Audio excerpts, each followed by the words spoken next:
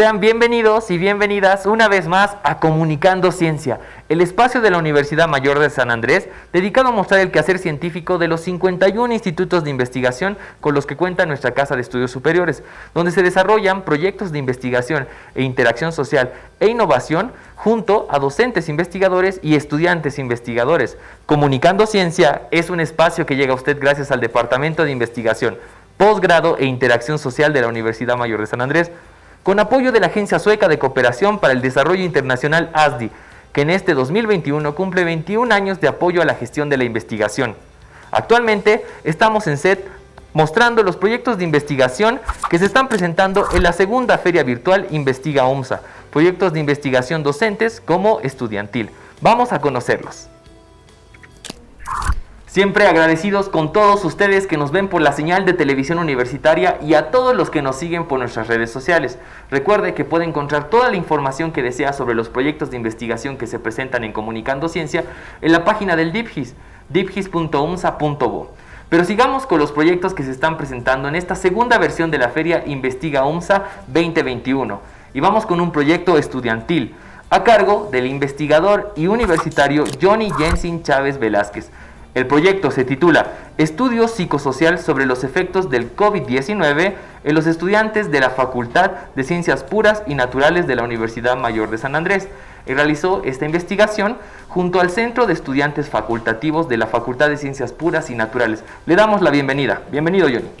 Hola, Jairo. Bueno, un gusto estar en tu presencia y agradecido por la entrevista.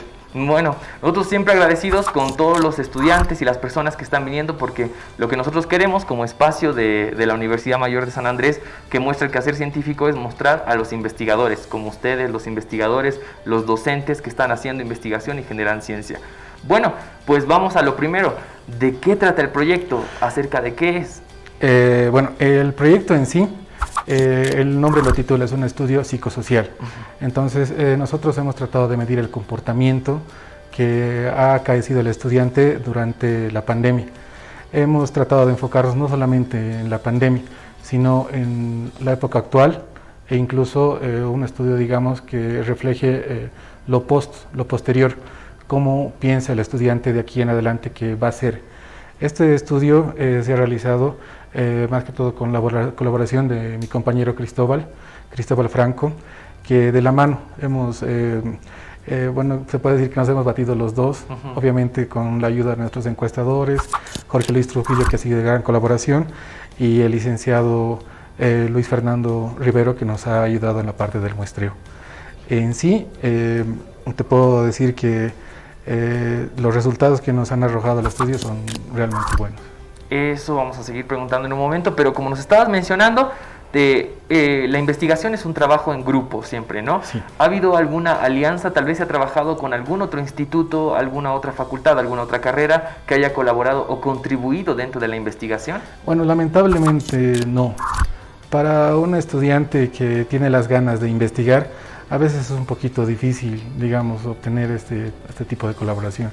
Sí, ha habido, digamos, la colaboración de, en ese momento él era el director de la carrera de estadística, Luis Fernando Rivero, y para esto, ya que estamos en la etapa del análisis, el licenciado Ronald Condori, que es extra, digamos, a la universidad.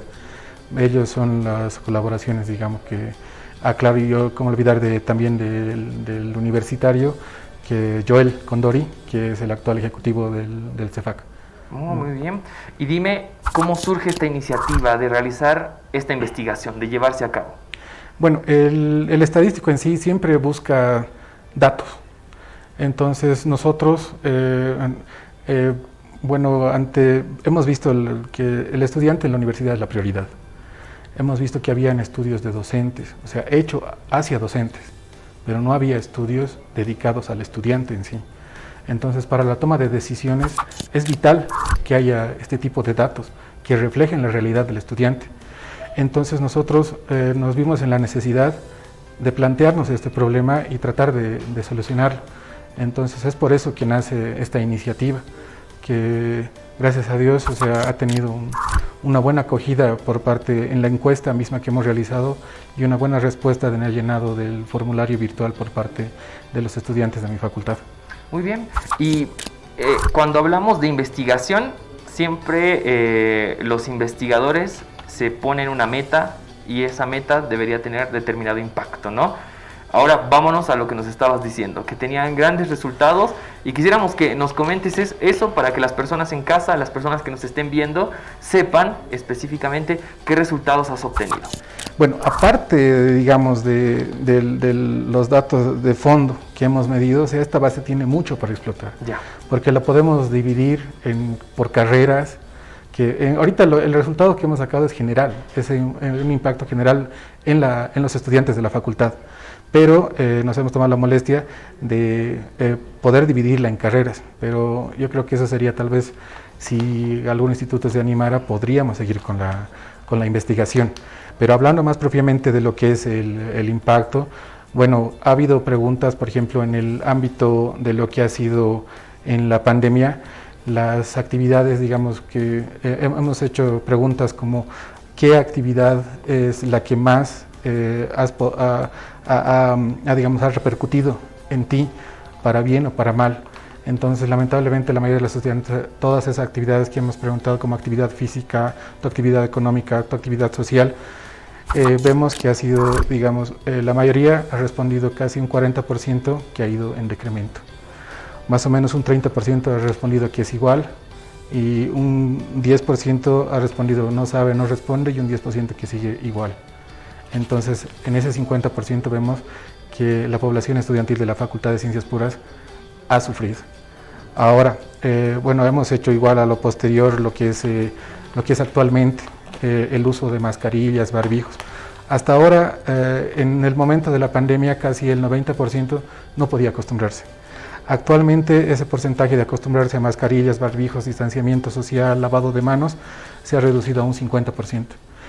Pero o sea, de las personas que no pueden acostumbrarse. Y en lo posterior, casi el 80% de las personas afirma que puede vivir ya con la mascarilla, el distanciamiento social, lavado de manos de los estudiantes, ¿no?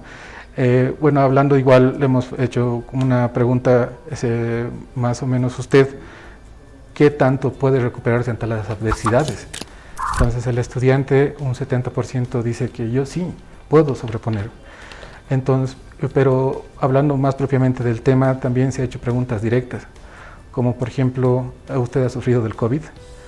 El 28% de los estudiantes afirma que sí. Casi un 32% afirma que probablemente sí ha sufrido. Entonces, de esto suma más del 50%. Ahora, de estas personas que sí, se les ha preguntado, ¿usted ha ido a algún centro médico o algo? Del total, el 25% solo fue a hacerse ver. Pero eso es en casos extremos. ¿Qué nos indica esto? Que la mayoría tal vez ha estado en sus casas, ha padecido, tal vez por falta de dinero o algo, y ha pasado la enfermedad. Se les ha preguntado si tienen alguna persona que ha sufrido de COVID. El 70% respondió que sí. El 40% respondió que tuvo al menos un familiar que ha sufrido gravemente del COVID. Y lamentablemente el 25% afirma que conoce o conoció a un familiar que falleció por el COVID. Y ahora tuvimos preguntas también de impacto, como que si usted sabe de algún estudiante que haya fallecido por el COVID. Bueno, conocer, casi el 60% tuvo conocimiento de un estudiante que ha fallecido en mi facultad por COVID. Al menos un estudiante fue el 60%, al menos 3 estudiantes, que es lo más extremo, el 25%. Obviamente que estas respuestas son relativas, no son, digamos, que decir que el 60% fallecido, son de conocimiento. O sea, a esa persona la han podido conocer muchos. O sea, y así, o sea, podemos desglosar ampliamente lo que es el estudio que hemos realizado, pero no sé, tal vez sería un poquito más adentrarnos. Mucho más, pero ya con los datos que nos da, nos hacemos, creo que, una idea muy grande. Johnny, coméntanos qué procede después de esto. Se ha publicado toda esta información, qué es lo que se piensa hacer con los resultados que se tiene y que se han obtenido.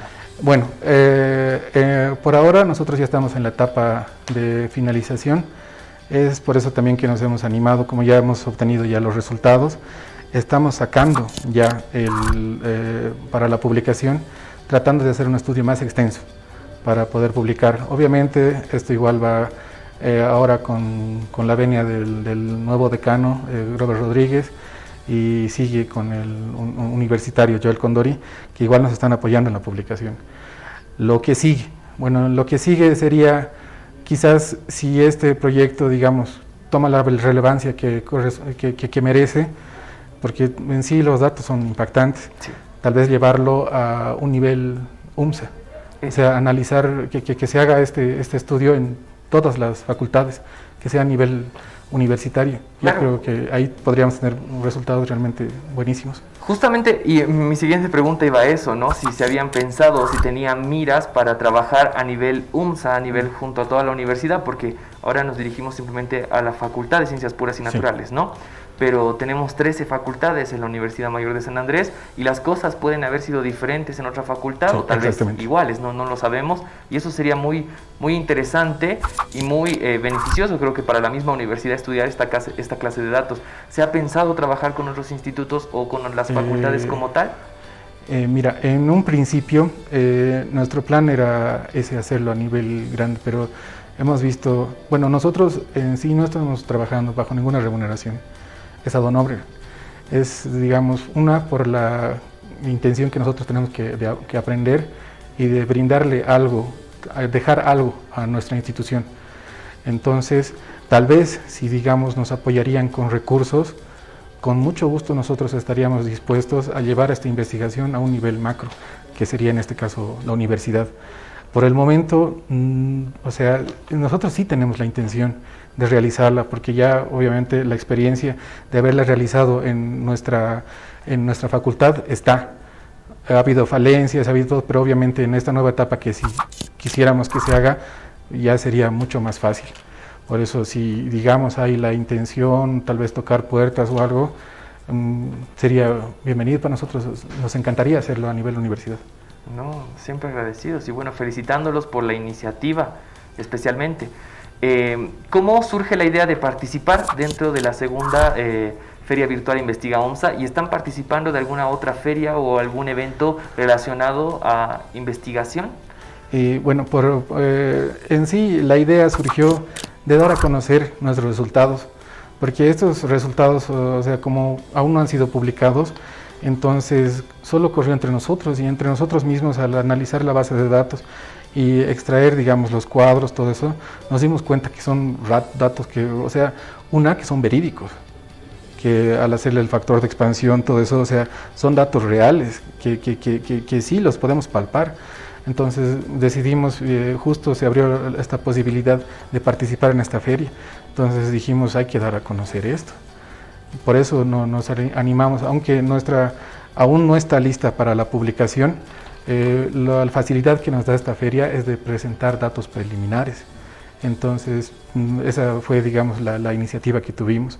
Ahora, de participar en otras ferias, aún no, o sea, no hemos visto, pero sí nos gustaría tal vez saber de otras ferias y poder presentar nuestro estudio. Siempre abiertos a esa posibilidad, ¿no? Bueno, en Comunicando Ciencia tenemos este lema que dice que todo aquello que se investiga y no se muestra no existe. Y pensamos que es muy importante tanto la investigación como tal, como la difusión de la misma para que la gente la conozca, tenga conocimiento, para que esa popularización, digámoslo así, de la ciencia sea conocida por las personas y al fin y al cabo se realiza ciencia para que la gente pueda mejorar la calidad de vida y otro tipo de objetivos, ¿no? ¿Cuán importante para ti como joven investigador es mostrar estos resultados? ¿Habías realizado otros proyectos relacionados a esto o otros proyectos de investigación que tal vez no han tenido la difusión que deberían haber tenido? Bueno, como joven investigador yo te digo que sí, realizamos algunos proyectos, pero obviamente ya hace tiempo atrás que han sido ya publicados, pero siempre como auxiliar de investigación o como becario.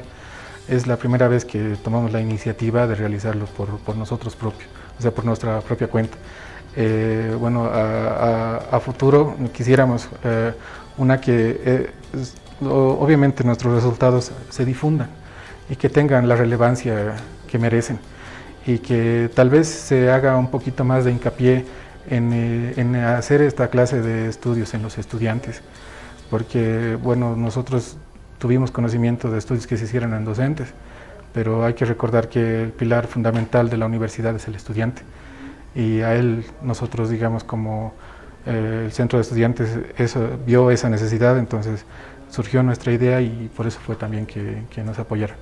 Tengo una pequeña consulta con respecto a esto y que tal vez no está muy relacionada al proyecto, pero cuando tú ya tienes todos estos datos, toda la información que has obtenido, específicamente para que la gente lo sepa en casa, ¿qué es lo que procede en el momento de tener la información? ¿A dónde se pasa esta información y qué es lo que se hace con estos datos? ¿Se los brinda? ¿Se busca alguna solución adecuada tal vez para colaborar la desinformación tal vez de los estudiantes o de los docentes?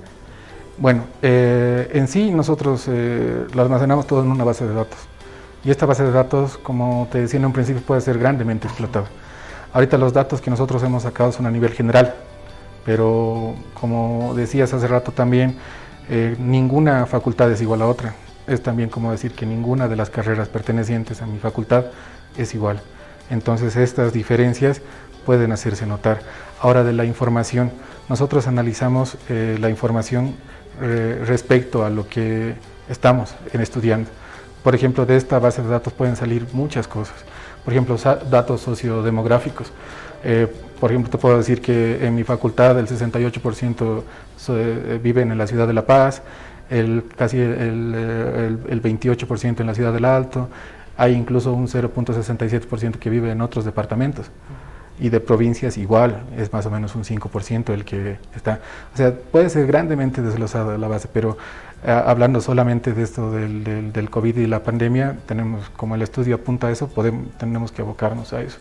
Pero luego, para sacar otros datos, es posible. Bueno, Johnny, estamos agradecidos de tenerte aquí en el programa y de que nos hayas explicado todo esto, pero también vamos a aprovecharte un rato porque sabemos que eres un joven investigador y en la Universidad Mayor de San Andrés se realiza ciencia, se genera ciencia. ¿Tú qué palabras les brindarías a los jóvenes que desean incursionar en el mundo de la ciencia, hacer ciencia? Porque sabemos que muchos piensan o tienen algún tabú de que no se puede hacer, de que es complicado. ¿Cómo tú motivas a estas nuevas generaciones a que hagan ciencia? Bueno, lo principal yo creo que es formarse. Como nos decía un docente, el 50% se aprende en el aula y el otro 50% tienes que aprenderlo tú. Y ahora sí es complicado, yo te digo, tratar de, digamos, llevar a cabo una idea, buscar, digamos, la persona, porque tú como solo estudiante no se puede, es complicado, pero no es imposible. Siempre las puertas se abren cuando una persona insiste, al final lo logra. Es un poquito, no te digo que toma tiempo, no, pero que no se rindan, que, o sea, las ideas hay que llevarlas a cabo. Siempre poco a poco aprendiendo y paso a paso se llega a lo que uno quiere. Felicidades, felicidades, Johnny. Bueno, acabamos de hablar sobre el proyecto que se ha presentado en la segunda Feria Virtual Investiga UMSA, titulado Estudio Psicosocial sobre los efectos del COVID-19 en los estudiantes de la Facultad de Ciencias Puras y Naturales de la Universidad Mayor de San Andrés.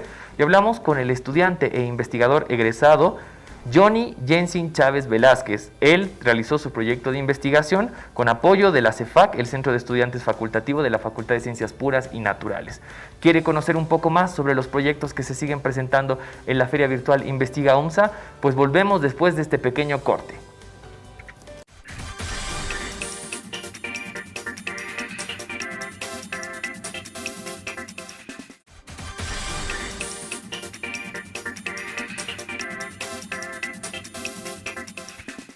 Gracias por seguir en Comunicando Ciencia. Recuerde que nuestro lema dice que todo aquello que se investiga y no se muestra no existe, y para eso está Comunicando Ciencia. Estamos hablando con los proyectos que se están presentando en la segunda Feria Virtual Investiga UMSA, y para eso tenemos un proyecto estudiantil titulado RT-qPCR como herramienta molecular cuantitativa para la vigilancia epidemiológica basada en las aguas residuales, monitoreo de COVID-19 en el municipio de La Paz en el mes de marzo. Y para ello tenemos como invitada a la estudiante universitaria e investigadora Jocelyn Gabriela Pozo Limachi. Ella es investigadora del Instituto de Investigaciones Fármaco-Bioquímicas. Le damos una cordial bienvenida.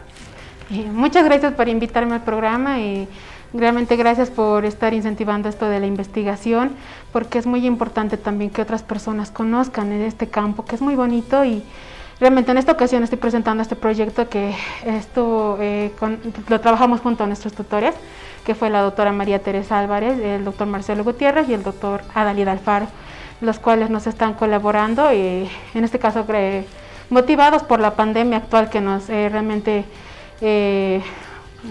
nos azotó, realmente fue muy difícil superarla, entonces buscamos una herramienta molecular que de algún modo nos ayude a superar dicha pandemia. Perfecto. ¿Nos podrías resumir de manera muy breve de qué trata el proyecto para que la gente en casa lo conozca y tenga un objetivo claro de qué es? Ya. El proyecto como tal trató de lo siguiente, fue que basémonos primeramente en lo que son las aguas residuales. Como sabemos, a nivel departamental de la ciudad de La Paz no contamos con una planta de tratamiento adecuada, entonces eso nos motivó a averiguar si realmente en las aguas residuales existe el virus, dado que nos basamos en estudios de artículos científicos que demostraban la presencia del virus en materia fecal. Entonces, de esta manera, motivados por esto, denotamos que puede existir una posible vía de infección, dado que, como bien sabemos, al no existir una planta de tratamiento, hay ciertas comunidades que de cierto modo manipulan lo que es el agua residual. Entonces lo usan ya sea para riego, para cultivo, y entre otras personas también estamos siendo expuestos al no haber una planta de tratamiento. Es aquí de esta manera que se analizaron diferentes puntos de la ciudad de La Paz, de los ríos, y identificamos como tal lo que es la materia en la materia fecal que había la presencia de SARS-CoV-2. Ahora, algún dato curioso aquí es que esto se correlaciona con el reporte diario de lo que son los datos de la alcaldía que nos proporciona.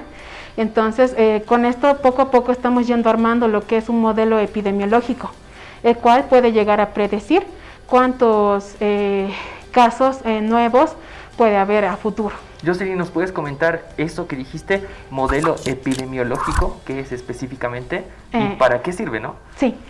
Este modelo epidemiológico, como tal, existieron estudios también ya en otros países lo están desarrollando, como en China, en Israel también lo están desarrollando este proyecto. Un modelo epidemiológico me refiero a que la presencia de agua de SARS-CoV-2 en aguas residuales llega a presentar cierta carga viral, y esta carga viral como tal es significante y se correlaciona con los número de casos reportados. Es decir, que mediante nosotros la tecnología RT-qPCR demostramos cuánta es la carga viral en las aguas residuales, y como lo hicimos por ríos, entonces demostramos la presencia de esto. Ahora también para comprobar que realmente existía el virus en las aguas residuales, primeramente hicimos un control positivo en lo que son en las cámaras de aguas locales de lo que son el Hospital La Portada y entre otros hospitales municipales, los cuales sabemos que presentan casos positivos de SARS-CoV-2, entonces sí se halló la presencia, y de esta manera se demostró que también en aguas residuales existía dicha presencia. El modelo epidemiológico más que todo está basado le decimos CT, o también son denominadas en el RT-qPCR, se determinan ciclos en los cuales se amplifica el material genético de lo que es el SARS-CoV-2.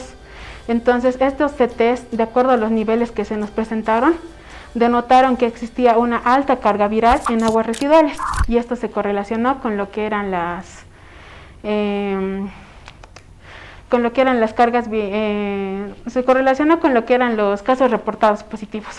¿Nos podrías hablar más o menos cómo se desarrolló en materia práctica? Es decir, ustedes han ido a los lugares de las aguas residuales a obtener muestras. ¿Qué más han desarrollado con base a eso? ¿Han trabajado durante todo este mes de marzo? Porque ustedes igual estaban sometidos a poder contagiarse, ¿no? Pues si las aguas residuales contenían ciertos rastros, ¿no? Se realiza un nivel de bioseguridad nivel 2. Entonces teníamos los barbijos, obviamente por esto de la pandemia, al recopilar siempre lo manejamos, guantes de seguridad, guantes también de látex, teníamos entre otros materiales como un balde para recoger lo que es, porque los ríos no están accesibles como tal, hay que un poco ingresar a la zona donde se pretende recolectar la muestra. Posterior a esto lo recolectamos 5 litros en bidones. Estos los llevamos al laboratorio a procesamiento, donde lo que hicimos fue por ultracentrifugación, obtuvimos como tal lo que es el sedimento. De este sedimento se llevó propiamente a lo que es al ERT, a un laboratorio que tenemos de biología molecular. En ahí es donde se hizo el tratamiento respectivamente. Uno de nuestros docentes nos ayudó con el aislamiento de lo que es el RNA del SARS-CoV-2 y luego se realizó lo que es la técnica del RT-qPCR. Muy bien. ¿Cuánto tiempo se puede determinar que la carga viral está en el agua? Porque sabemos que no simplemente hay desechos humanos, sino que también hay gente que utiliza sus lavadoras, desinfectantes, alcohol, entonces todo eso está vertido. ¿Hay un tiempo delimitado para que la carga viral del COVID esté dentro del agua? Eso todavía está en estudio, entonces todavía seguimos realizando, como tal aquí las condiciones favorecen a que SARS-CoV-2 posiblemente sea viable. A esto me refiero que también tendría que venir un estudio sucesivo en el cual se podría realizar un cultivo celular, en el cual se analice la viabilidad como tal del virus. Pero en este caso, según bibliografía también que nos apoyamos y según otros análisis que realizaron, la temperatura de La Paz ayuda a que como tal el virus se mantenga viable y también a su vez también hacemos análisis de parámetros físico-químicos, como ser la temperatura, el pH, también analizamos lo que es sólidos totales. Entonces, según revisamos, según bibliografía, realmente hay una alta contaminación en estas aguas residuales, entonces esto permite que el virus se siga manteniendo viable. ¿Se trabajó en qué ríos específicamente de la ciudad de La Paz? ¿Con todos o específicamente los más importantes? En primera instancia, como le mencioné, se trabajó con lo que eran las cámaras, sí. Para eso como control positivo, para demostrar que existía el virus en lo que eran en materia fecal. Posterior a eso se trabajó con lo que eran diferentes ríos de la ciudad de La Paz para diferentes zonas, como ser el río Orcojahuira, pero al final todos estos efluentes convergen o terminan en uno solo, que es el río La Paz. Entonces de esta manera podríamos determinar, por decirlo así, una carga totalitaria del departamento de La Paz, cabe señalar del área urbana como tal. Sabemos que los proyectos de investigación no son solos, o sea, no se realizan solos, siempre se trabaja en equipo, es un trabajo en equipo. ¿Nos podrías comentar si es que has trabajado con otros compañeros, aparte de los docentes que han contribuido, tienes el apoyo de otros compañeros dentro de la investigación como tal? Sí, justamente mi compañero Abelardo Mamán y yo somos becarios como tal del Instituto de Investigaciones Farmacobioquímicas y también hay otros dos pasantes que son ingenieros, él es Esther Paco y Daniel Salazar. Entonces ambos los cuatro estamos colaborando en este trabajo junto a nuestros tutores. ¿Se está trabajando con alguna sinergia específica dentro de la alcaldía o del municipio paceño para trabajar en ello? ¿O aún no se tiene ninguna alianza como esa? Hasta el momento todavía no, pero ya están llegando propuestas de trabajo también en lo que es Santa Cruz, un proyecto que también se le ofreció a nuestra docente tutora, en el cual igual quieren determinar cuánto es la carga viral allá en sus aguas residuales. ¿Solo con Santa Cruz? ¿Tal vez alguna otra universidad? ¿O se ha trabajado con tal vez otras universidades, otras entidades educativas tal vez? Por el momento no. Por el momento no. Muy bien. ¿Cómo surge la idea y la posibilidad de poder participar de la segunda versión de la Feria Virtual Investiga ONSA? Ya tenían el antecedente del año pasado, pero ¿qué fue lo que los motivó a presentarse y mostrar estos resultados? Bueno, lo que nos motivó ante todo fue el año pasado, también por mi parte, mi persona, sí escuchó de tu feria, entonces realmente este año me sentí motivada al pertenecer ya a un proyecto y también es así que a mis compañeros también los motivé y les dije presentemos el proyecto porque también de esta manera vamos ganando experiencia también y vamos compartiendo todo el sacrificio también que lleva a hacer un proyecto. En Comunicando Ciencia sabemos que todo aquello que se produce en investigación y no se muestra no existe. ¿Existe alguna publicación? ¿Se está pensando en publicar o generar algún artículo científico sobre la investigación? Sí, exactamente. Finalizando esto ya estamos también, ya estamos a un paso de terminarlo también el proyecto. Entonces unos 2 a 3 artículos se van a desarrollar, además de un proyecto de grado que es por parte de una de las pasantes que lo está desarrollando. Muy bien.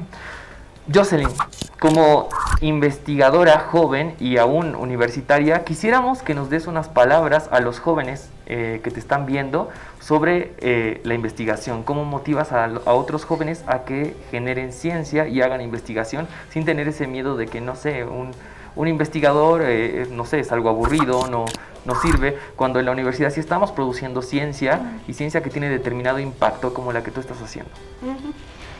Bueno, la verdad, yo los motivo porque soy un caso personal de que este es el primer año que me meto a esto de la investigación y realmente me llamó mucho la atención este campo porque realmente ganas experiencia. A veces mucho nos enfocamos en las materias, en el estudio, evidente. Eso nos ayuda a salir adelante, pero vale la pena también explorar nuevos campos en los cuales quizás también encontremos algo más, quién sabe, por ahí nuestra pasión. Entonces, de esa manera yo los motivo a que puedan ser parte de esto de la investigación que está en la universidad, solamente que a veces no llegamos a escuchar, entonces los invito a que se interioricen en este campo. Agradecemos las palabras de la universitaria e investigadora Jocelyn Gabriela Pozo Limachi con su investigación RT-qPCR como herramienta molecular cuantitativa para la vigilancia epidemiológica basada en aguas residuales, monitoreo de COVID-19 en el municipio de La Paz en el mes de marzo de esta gestión. Ella es investigadora del Instituto de Investigaciones Farmaco-Bioquímicos de la Universidad Mayor de San Andrés. ¿Quieres saber un poco más sobre los proyectos de investigación que se están presentando en la segunda versión de la Feria Virtual Investiga UNSA? Pues quédese con nosotros, volvemos después de esta pequeña pausa comercial.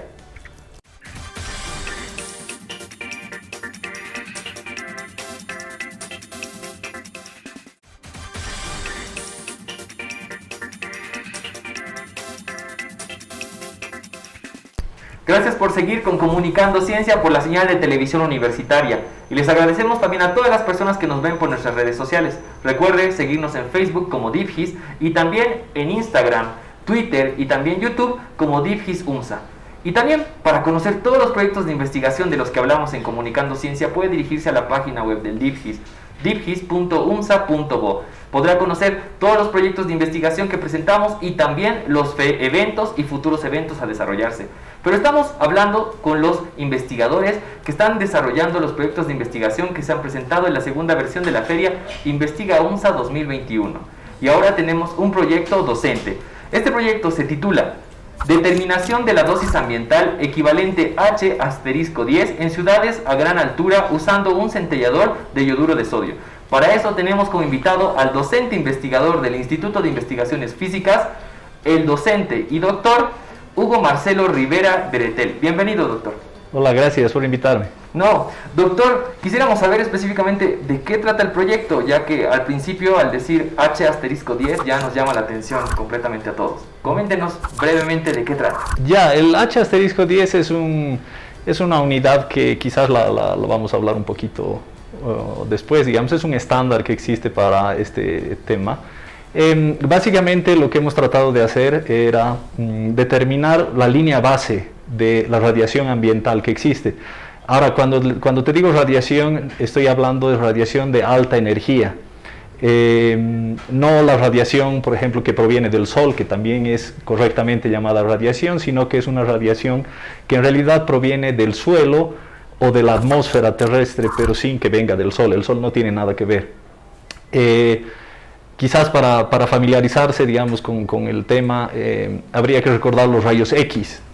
Los rayos X son radiación también, así como la que viene del Sol, solamente que la diferencia principal que tienen es que tienen mucha más energía y son más penetrantes. Ahora, el estudio que hemos hecho nosotros está enfocado en algo así como rayos X, pero de más energía todavía, que son los llamados rayos gamma.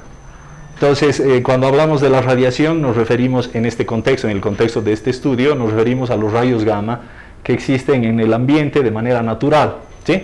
Entonces, el enfoque del trabajo ha sido determinar cuál es la intensidad de estos rayos gamma que nos rodean en la ciudad de La Paz, que era hasta donde hemos podido investigar. Hemos hecho algunas revisiones bibliográficas y no hemos podido encontrar una medida previa de esto, de esta radiación. Entonces hemos dicho, creo que es una buena idea, digamos, de que hagamos una para establecer lo que se llama una línea base, para saber cuál es la intensidad, a qué cantidad de radiación estamos sometidos aquí en la ciudad de La Paz.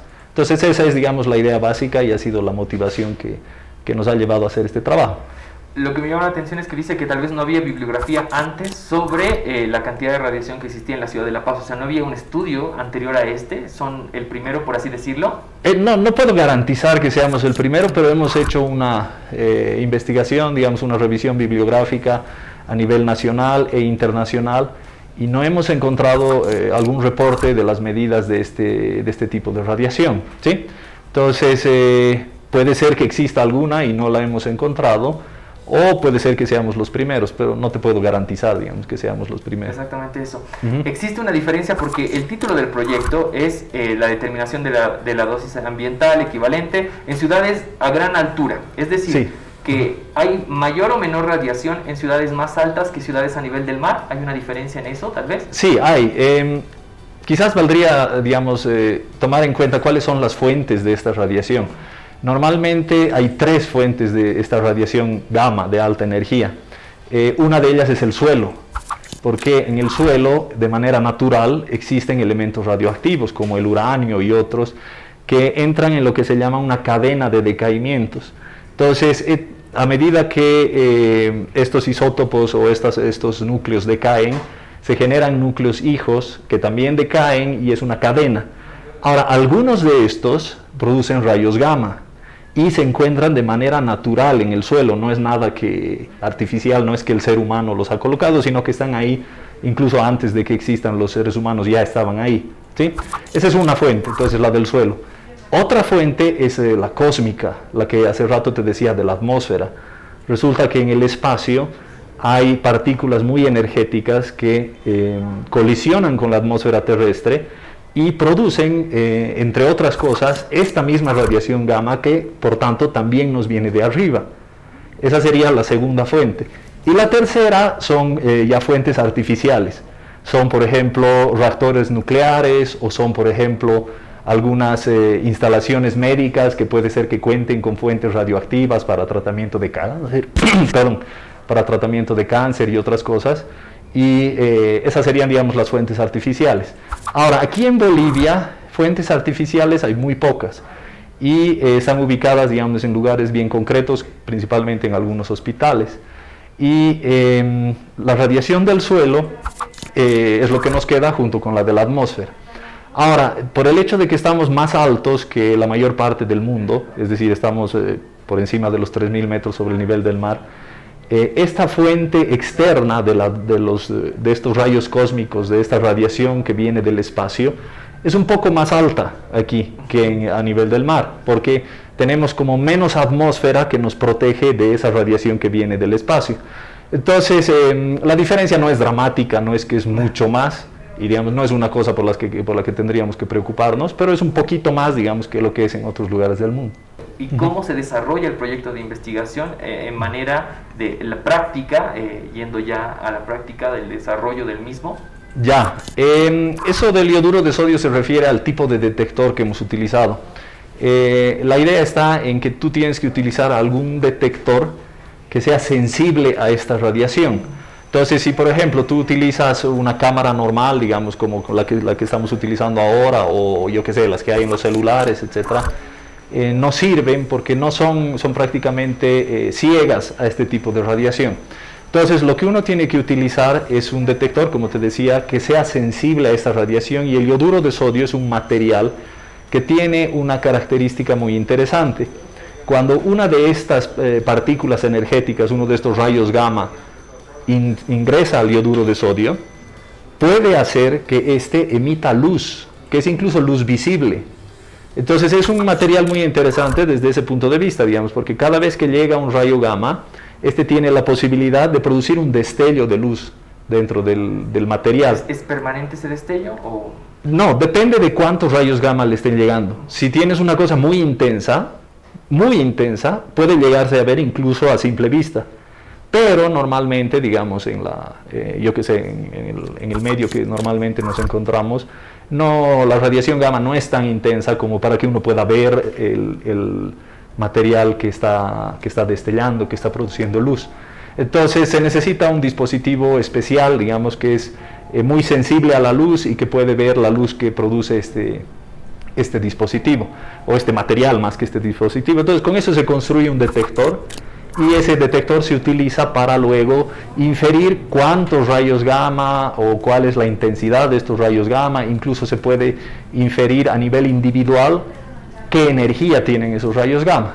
Entonces, esa es más o menos, digamos, la descripción del detector que hemos usado. Ahora, ¿en qué consiste el trabajo desde el punto de vista logístico, creo, digamos, por llamarlo así?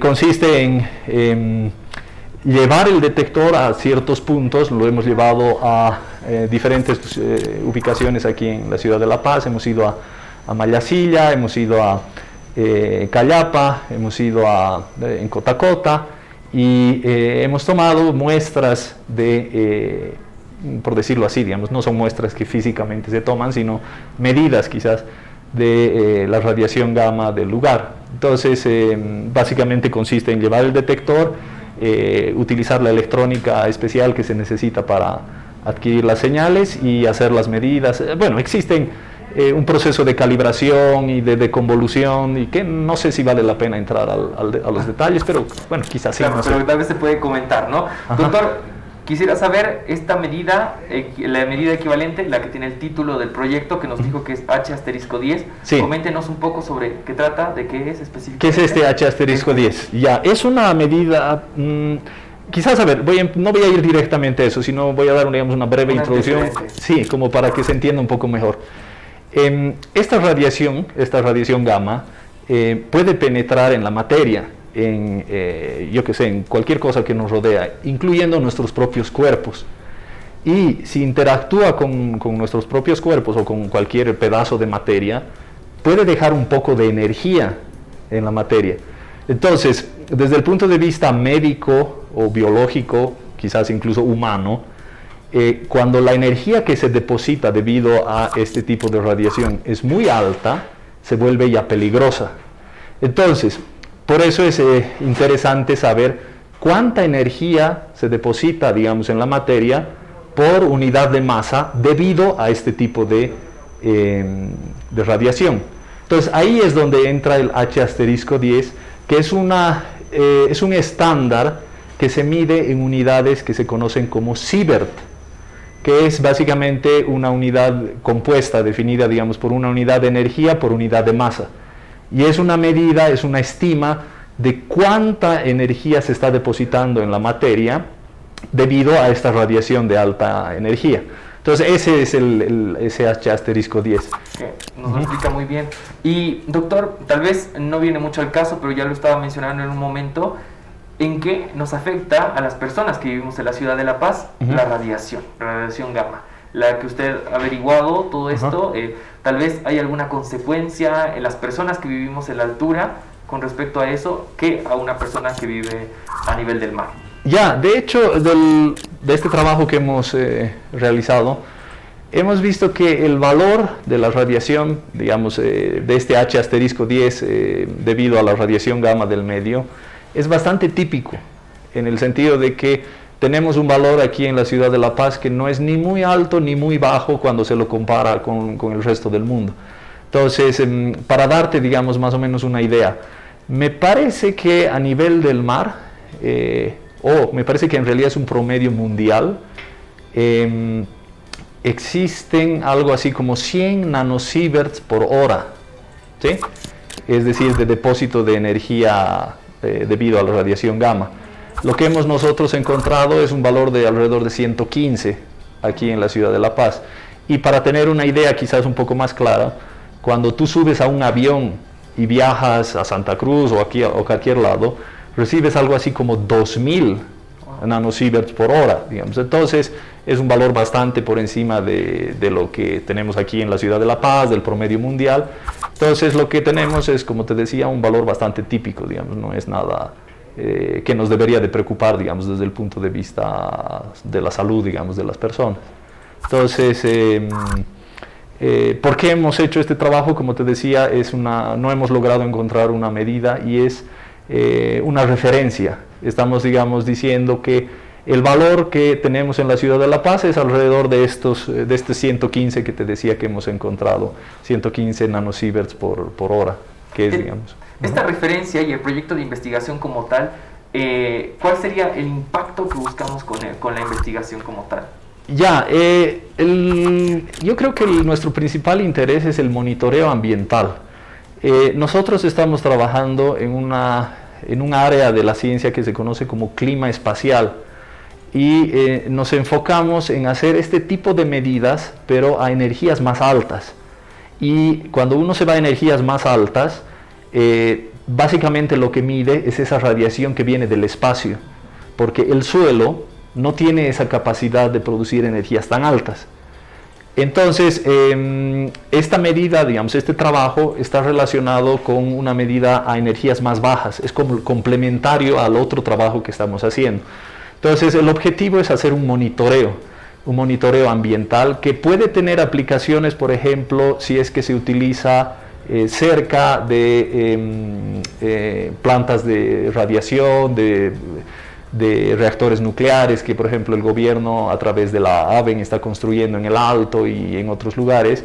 Entonces uno puede hacer un monitoreo y ver si existe alguna influencia de estas plantas en el resto, digamos, de la zona, ¿no? Idealmente no debería de haber ninguna, ¿no? Entonces, básicamente la actividad de la radiación que tenías antes de que existan las plantas debería ser la misma después, ¿no? Entonces con eso estás seguro de que de esas plantas no están emitiéndose, al menos no rayos gamma. Doctor, en el proyecto han participado más personas, más investigadores, tal vez los podría mencionar, porque sabemos que la investigación siempre es un trabajo en equipo. Tal vez mencionar quiénes han colaborado y quiénes han contribuido. Ya, hemos trabajado con un colega, un administrativo de mi carrera, Carlos Nina, y el trabajo lo hemos hecho entre los dos. Ahora estamos involucrando más personas, particularmente estudiantes. Hay un estudiante que está trabajando en el desarrollo de este tipo de detectores, está tratando de construir este tipo de centelladores, estos materiales que destellan o que emiten luz cuando interactúan con esta radiación, pero en este trabajo concreto hemos sido solamente los dos. Y doctor, ¿se tiene alguna sinergia tal vez trabajando con algún municipio o con alguna institución aparte o otro instituto dentro de la universidad o alguna alianza extranjera con respecto a este tema de la radiación? De hecho, sí, de este trabajo concreto no, por ahora no, pero este trabajo concreto es parte como de un proyecto más grande con el cual sí tenemos relaciones, digamos, con científicos en otros lugares, particularmente en Italia. Estamos trabajando con un par de investigadoras que trabajan en este tipo de cosas, pero con un enfoque más a los neutrones que a los rayos gamma. Pero es, digamos, como te digo, este trabajo es parte de un proyecto más grande y en ese proyecto más grande tenemos ese tipo de interacciones, pero para este trabajo concreto no.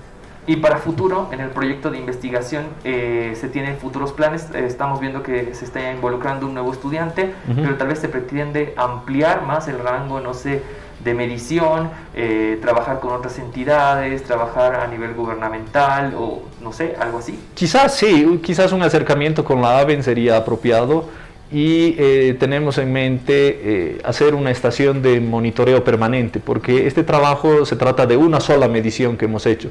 Entonces el siguiente paso sería instalar una estación que esté monitoreando eso las 24 horas del día, todos los días. Muy bien. Doctor, en Comunicando Ciencia tenemos un lema que dice que todo aquello que se investiga pero no se publica no existe. Entonces quisiéramos saber si es que el proyecto de investigación ha sido publicado, aparte de estarse presentando en la segunda versión de la Feria Virtual Investiga ONSA, se ha presentado en otros eventos y se ha publicado, se está escribiendo, se va a presentar tal vez algún artículo científico. Sí, el artículo ya lo hemos enviado a una revista internacional. No ha sido publicado todavía porque hemos tenido algunas observaciones de los árbitros y teníamos que repetir algunas cosas y con el problema de la pandemia y la logística se nos ha hecho un poco difícil, pero bueno, está ahí, ya está casi aprobado por los árbitros y esperamos que el artículo se publique este año. Eso es a nivel internacional. A nivel internacional.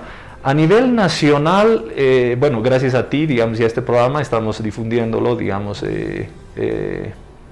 aquí en La Paz y bueno, donde se vea el programa. Y no recuerdo, creo que mi colega está aplicando a algún concurso auspiciado por el Ministerio de Educación, pero no recuerdo exactamente qué era. Que era igual, digamos, una oportunidad para nosotros para divulgar, digamos, el trabajo a nivel nacional. Perfecto. Agradecemos sus palabras y también habernos mencionado como un medio para difundir el proyecto de investigación, pero en Comunicando Ciencia también queremos que los investigadores hablen y nos comenten un poco sobre su experiencia, y teniéndolo a usted como un docente investigador de la Universidad Mayor de San Andrés, quisiéramos que nos brinde esas palabras para los futuros investigadores, para los jóvenes y la gente que nos ve. Quizás lo mejor es dedicarse a lo que uno más le llama la atención, ¿no? Entonces, luego si eso que a uno le llama la atención resulta que es un área de la ciencia en la que uno puede desenvolverse. Vivimos en un medio que es relativamente difícil hacer ciencia, pero no es imposible, y si es una cosa que a uno le gusta, puede ser, digamos, o sea, les animo a que persigan, digamos, su interés y vean que de repente hay mucho más de lo que inicialmente parece, ¿no? Agradecemos las palabras del docente investigador Hugo Marcelo Rivera Bretel con el proyecto de investigación Determinación de dosis ambiental equivalente H*10 en ciudades de gran altura usando un centellador de yoduro de sodio. Él es docente investigador del Instituto de Investigaciones Físicas de la Universidad Mayor de San Andrés. ¿Qué le han parecido los proyectos de investigación de los que hemos hablado hoy en Comunicando Ciencia? Estos proyectos han sido presentados en la segunda feria virtual Investiga UMSA 2021. Todos estos proyectos de investigación son de índole estudiantil y también de docentes.